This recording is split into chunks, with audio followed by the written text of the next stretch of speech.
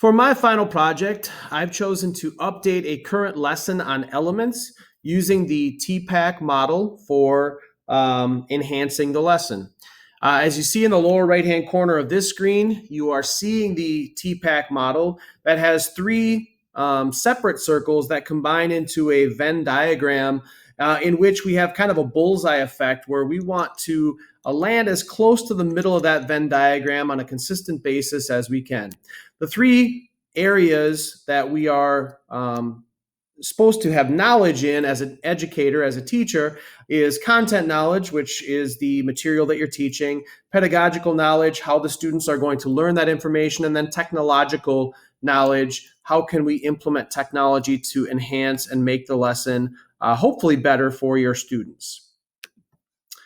I'm not going to read through the project objectives. You can see them here. There are 4 of them for this project, and this project is expected to take about 2 weeks to complete. Each of the slides going forward will not be a day by day, but some of the days will be combined into 2 days, and I think I even have one slide that is a full week's worth of information. But that's because the lessons for each day don't change extremely much. I also do have a follow-up lesson that actually touches more on our 4th learning target or 4th objective on the bottom of the screen here. So this is the way I've got my slides laid out and the best way I can explain how I've updated the lesson using that TPACK model. So as you can see at the top here, this would be days 1 and 2 of our project. And you can see the learning target. After these first 2 days, hopefully the students will learn the basic parts of an atom and be able to label them. So the original lesson is listed on the left side in blue, and you can see that it's fairly mundane, what we've been doing in the past. Our students have science textbooks, and we've got some resource materials, and sometimes we've had the students look up online information about the parts of an atom. But as you look at the updated lesson, we are really trying to implement our LMS of Schoology, and even more importantly than that, trying to kind of scaffold where our students can look and make sure that they are searching user-friendly sites and have engaging ideas moving forward. So instead of using the textbook like we have in the past, if you see here, the updated lesson says students will log into Schoology, and there are 3 or 4 links here that actually provide videos, content that the students can watch about elements. It's actually also got a couple of silly songs that we know students learn a little bit better when they can remember from a tune or like mnemonic devices to help students remember certain content area. So we've got a video here, and we've got a couple of songs to help them remember the parts of an atom. And at the bottom here, and again, you're probably not going to be able to have access to this, you're seeing a link to the Schoology quiz that I've created, but I believe you will probably need to have that. But there is a Schoology quiz there that is 5 points long that my students will create at the end of the second day, or take at the end of the second day, to help prove their knowledge of parts of an atom. So then day 3, we take that knowledge of parts of an atom and we now convert it to the elements themselves.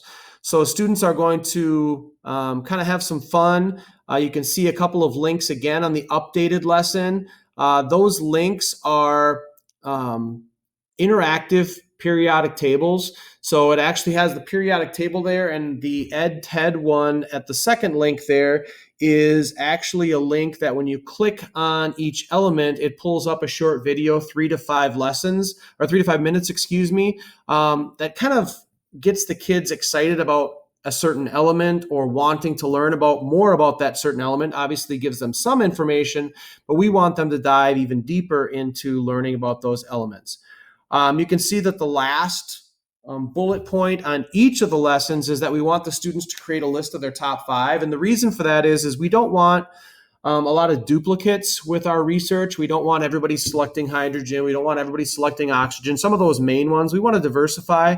If we've got 25 to 30 students in a classroom, I think everybody would agree that we'd rather have 25 to 30 different elements that we're hearing about rather than hearing the same 4 or 5 elements over and over and over again. So I have the students select their top 5, and then we do kind of some random element selection to make sure everybody has a fair shot at trying to get the element that they want.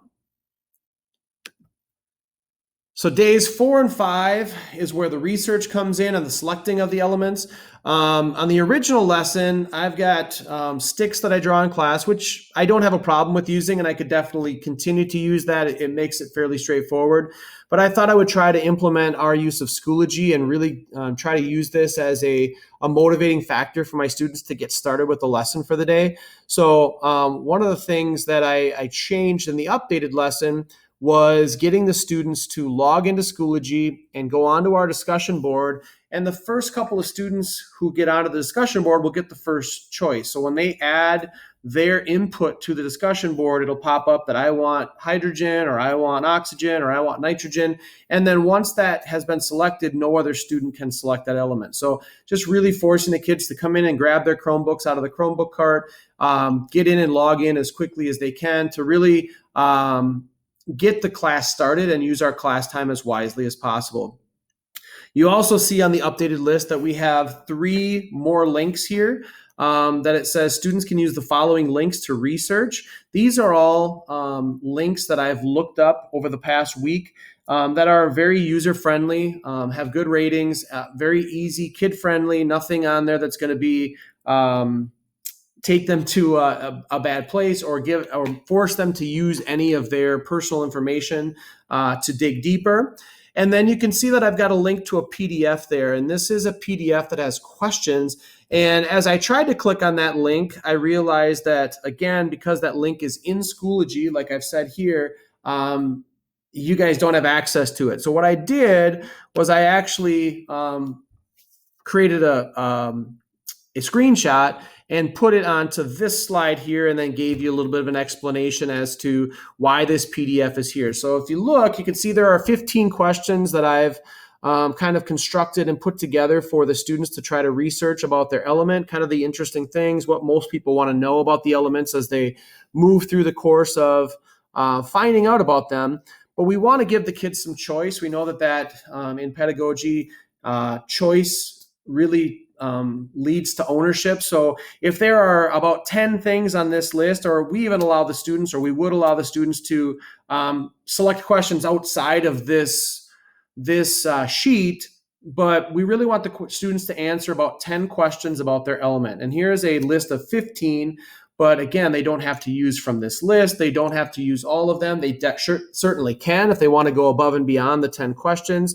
We would love for the students to do all 15, but we want the students to choose which topics and which information about those elements they would like to find out more about. And if you look at the bottom there, we talk about the reaction side of things. We talk about what other elements are linked and create compounds with your element, those kinds of things. So it's kind of setting the stage for our follow-up assignment at the end of this project. So those last couple ones are really kind of higher level questions and seeing how they will play out in the future. So then this is where I kind of went away from the day approach and I went to the week approach, because all of the second week, now that we've found our information, we've answered those questions, or hopefully we're very close to finishing that if we haven't, that the students will then start to figure out how they want to present this information to the class. And in the past, everything has been a stand in front of the class, holding a visual aid, a poster, diorama, model, those kinds of things of their element, and maybe create an atom of their element, those kinds of things, which again, there's nothing wrong with it. Nice hands-on activities and assignments. But we want to give the kids a few more options with it. And we're not saying that they can't create models and do things with their hands, but if we are saying if they do that, we'd like them to create a video of them explaining that to the class and showing them the model through that video, because we realize that it is easier to share that with everybody, and it might be a little bit better use of our class time if everybody's got videos to watch or screencasts to view and peruse, and it might be easier for the students to comment or give feedback as opposed to waiting for 10 people at the end of each presentation to verbally or voice their opinion in front of everybody, which again could tend to be a little bit humiliating for the person presenting, or people might not be as willing to be open and honest about what they want to say about a presentation. Whereas if we shared it and people are adding their comments to a shared Google Drive or Google Slideshow, or if they had a video that they were had been uploaded to Schoology that they're watching, and they can create just a specific comment that only that person will see, they might be a little bit more honest, or the person might not feel as upset or offended by constructive criticism that they might receive. And if you look at the bottom of the updated lesson here again, I've got a rubric that I created inside of Schoology. But again, since you don't have access to my Schoology account, I have done a screenshot of that rubric and kind of a checklist that we have created, or I created, for the students to hopefully allow them to score well. And again, we know it's not all about the score, but in the back of kids' minds, that's kind of a big deal for them, as they want to receive as many points as they can. But we feel like if they follow the content in the rubric and they hit all the points on that checklist, they will receive a good score, and hopefully they will have achieved all of the learning targets that we can provide them moving forward, or that we want them to get out of it moving forward. So here is an example of that rubric that I created and the checklist. So how did we update our original lesson using that TPACK model and thinking about it? Well, the content hasn't changed a bunch. You can see that that's a really kind of a small section. The learning targets, the content of the elements, the science, that really hasn't changed too much. So I did add some scaffolding, but again, that's more of a pedagogical thing than it is a content knowledge thing. We did have a few more updates in the pedagogy, or in the pedagogical knowledge. Adding choice to different parts of the project might make students with different learning styles flourish. Maybe they do a great job with art and they'd like to do more artistic things. Maybe you've got people who are afraid to be up in front of the class but can make a video and allow their classmates there. So we're looking for maybe enhancing the different learning styles, providing scaffolding in the research for the learners, so that they can, for almost a differentiation piece, you can use the scaffolding. You can use all the questions from the list that I created, or you can branch off and create and think of questions of your own, but you have the choice and the option to do that.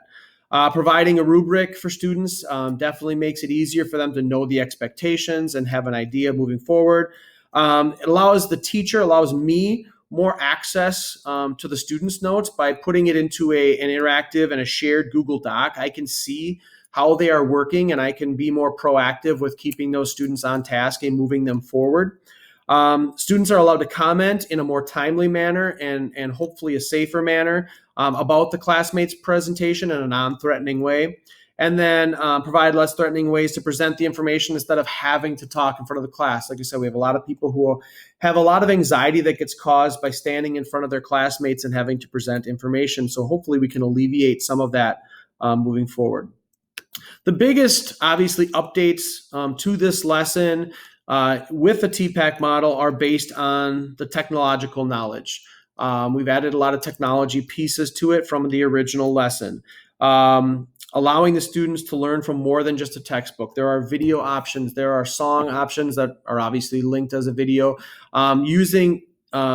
Creating student-centered ideas and making the project more student-based by putting it in our LMS of Schoology, so that students can be organized. It's got nice, neat folders. Everything is right there in one spot instead of using the notebooks. Like if you looked at the original lesson, there was a lot of notebooks. Hey, write this in your science notebook. And having the students keep track of all those things could tend to be a little overwhelming. And we found a lot of students losing notes and losing things and having to start back over again.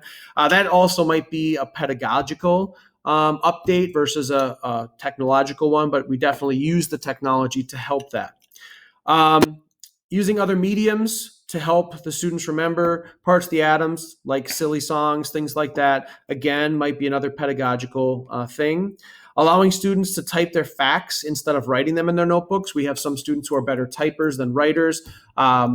not to say they can't continue to write their notes if they just are afraid of that computer, but getting those into a Google Doc really allows me access to what they are trying to find.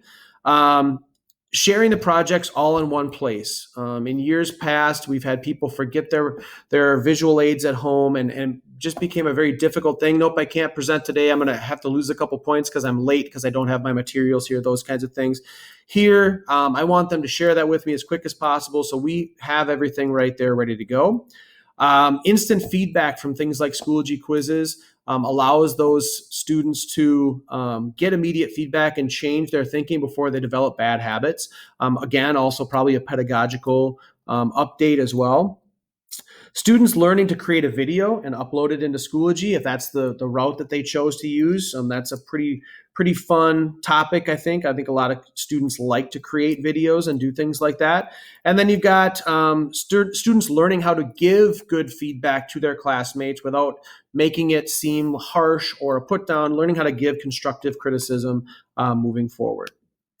And then here is the follow-up assignment that we would do after these students present their specific element. We would have them group themselves together in compounds. So I would list those compounds, and you can see it all here. I don't really want to read through it all, but you guys can all read it and see that I would list a bunch of compounds on the board, smartboard, or put it into a Google Doc, and they could then figure out which element they are linked to and get together with somebody else who has created that compound with, and work together in a group of, in these cases, work of pairs. The H2O, the hydrogen, will work together with the oxygen to figure out how did water change from the individual elements of hydrogen and oxygen. Or for sodium, for table salt, or sodium chloride, you've got sodium and chlorine, those two elements coming together. So I would definitely have to do some work on my part as a teacher, as an educator, to make sure that everybody's element was put into a compound, and I could find a compound that everybody's element linked to, and try to make them as diverse as possible so everybody would have a partner to work with. We would then report back in that situation using a discussion board inside Schoology. And again, the use of Schoology through this distance learning has really given us confidence to try and use Schoology moving forward, and I'm excited for that possibility. Thank you very much for watching this screencast and paying attention to my lesson. Hopefully it would help enhance the project for my students, and will make their experience in my classroom a little bit better.